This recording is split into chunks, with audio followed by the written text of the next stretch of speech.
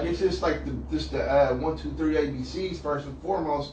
And I feel like overall, over time, everything will just take care of itself. Okay, I see what you're saying. You know what I mean? And that's culture. That you build. Obviously it'll be there's certain specifics of culture, but over time, it'll turn into something. You know what I mean? But so really quick, because when we keep saying culture, I think you have an idea of what it is. So the technical word, the definition of the word culture is the arts and the manifestations of human intellectual achievement regarded collectively. The second one is the custom, arts, social institutions, and achievements of a particular nation, people, or other social group. So that ties into exactly what you were saying, as in with the first definition, then yours into the second one. So you. From what I'm looking at it from the outside. Everything that we always talk about, I look at it from the outside. I don't place myself into any particular bubble. So what I'm getting from what you were talking about as far as culture, you bring up, rap, hip hop. We got the music side. I mean, the way, bro, you think about it like this. We run the fashion industry. We run it really as far Are as we eating off of it though? You got certain people that are. you got. But the thing is, that's what I'm saying. Like, right now, we're having a lot of black businesses open up clothing companies and all that stuff right now, right? That is that not on the incline? Yes, definitely. Okay, that's what I'm saying. Like, they're bringing, like, that's like our culture is. It's hard to explain it. It's hella hard to explain it to me. Why should our culture be hella hard to explain? That's what I'm saying. It should be hella hard to explain. You feel what I'm saying? Yeah. I see what you're saying. Yeah. Because it's not concrete. It's no, it's not. It's like you said. It's just, I don't know, bro. It's not. Now I'm thinking about like, okay, right. try to do this. Try to think about it as simple as possible. So when I think of like culture, like you were saying, how come this is here in Portland, Oregon? There is a Chinatown. There's what else they got? There's areas but where the thing is I'm saying is why we as a people tend not to stick together. Why are we not like how the Asians are, where they're like, oh well, let's start up our own community, and and do it like this. Like if you go over to 60th and what's it called, Killingsworth, you got Little Mexico over there. Right. Yeah. You see what I'm saying? Like years. And it's been there for years. I'll tell you why. But we don't have like, At least my. our own like community. Like I said, the closest that we've ever had is the Villa. I'll tell you why. From a cultural standpoint, so like once we integration, that's really why integration. Once we integrated, bro, we wanted to be Americans, right? So being an American, right? And these are being American, you got to get out the house by this time, right? You got to do this by that certain time. But we didn't have like. Instead of us being able to stay at home for a certain amount of times and saving up money or starting a family business, and then going on to my own, or and so forth, we want to kick somebody, go fend for yourself. And I get it, but at the same time, when you don't come from anything, how are you supposed to start up? Yeah, you know what I mean? No, I feel you, and that's another thing that is bad about our culture. Yeah. It's right there, bro. It's how as soon as you 18, you gotta go. Yeah. Like I ain't never had to experience that. My mom told me I could stay. She's like, I just want you to start working. If you want to go to college, go to college. Yeah. Kick down some bills if you can. Deal. Right. I could do that. You know what I'm saying? But a lot of parents be like, as soon as you hit 18, your ass is out. I can't wait till you leave. Me personally, I don't care how long my son stays with me or my daughter stays with me. You're going to have your own space in your own area, but I don't care. As long as I know that you're striving to be the best you. Right. You know what I'm saying? The reason why I brought that example up is because you mentioned like China, and which made me think about how like other Asian cultures, that they're big about, okay, you're not, or even like other like Russian it's cultures. all cultures but blacks. Yeah. It's just like, obviously they'll be hella deep, and sometimes they'll be but that's smart because they'll save up money and that's everybody. Smart. And they'll start a business or run a business. Exactly. Why can't we do that? Is my question. Because Why? Why is it that we're literally like the only people who hate on their own people? It is so terrible now. it's getting to the point where you can't even start a business, bro, without somebody bashing you like, your business suck, fuck your business. Yeah. Just because you made one mistake or something. Yeah.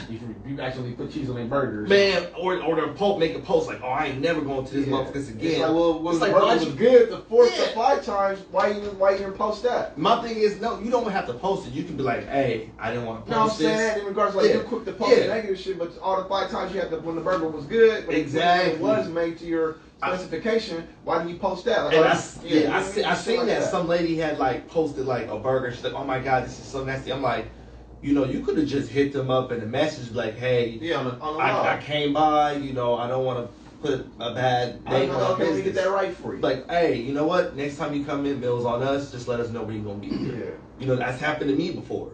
It's mostly, I mean, primarily, it's how we as black people, how our, I'm trying to think, it's basically how it's ingrained in us to denigrate our own. So no matter how good somebody else is doing, like you said, every time you do something good, there's always going to be some haters. True. But at the same time, if black people, if we as, I wouldn't say as a culture, because like I said, we don't have a necessarily culture. Black people as a whole, if we are really trying to be together, if we're trying to uplift each other, if we're trying to make things happen, like we're talking about right now, we're trying to build something where we actually have a culture that we created, that we stick to, that we don't let everybody and their fucking mom come in and then just absorb what we do, and then they take what our culture essentially was. If we did that, we wouldn't have these problems. I forgot what I was reading up on, but basically it was something that is basically what you was talking about. You can go buy something from the same place 5, 7, 20 times. That one time, and this is always with black businesses. It doesn't really happen with like the white ones, the or big businesses, big companies. It's always a black business. It happens every now and then. I mean, it does. It doesn't. Okay, so what happens to those companies? Nothing happens to that company. Yeah, exactly. You do that to a small business, their business could suffer because of that. Right. You know what I'm saying? And that to me ain't cool. Yeah. So, I mean, niggas is unhappy, man. Like, just be real about it. Trickles. Yeah, it's a trickle down effect. Okay, so like just like we was talking about how like religion from the previous show was that if your grandparents, your mom, parents, that's all trickled down. So that's what you know. That's what you grew up on. That's how you were trained to think. So your brain is literally trained to think that way. So the same thing with some of our parents, our grandparents, cousins. You can see everybody here has hella cousins. We all can look at our first cousins, second cousins, third cousins, cousins from your mom's side, dad's side. You see how they were all brought up. You see what they do, how we could have all grew up the same exact way, same backgrounds and everything. But you can see at a certain point, there's certain things that go on in individual homes that trickle down to their kids. So you will see there was a TikTok. I wish I can't pull it up right now, but it was a guy who basically said, if you raise your kids, you want to raise your grandkids. If you don't raise your kids, you will be raising your grandkids. That's a fact.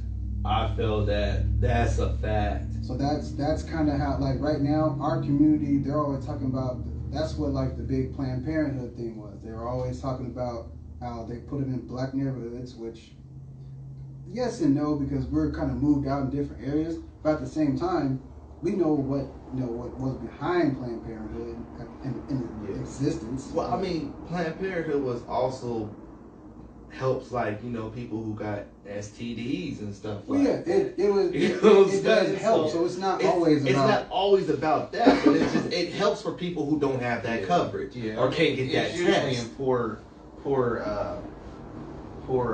minorities.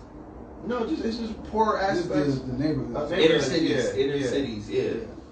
But okay, so let's group this back to what we were kind of talking about, like the riots out in DC.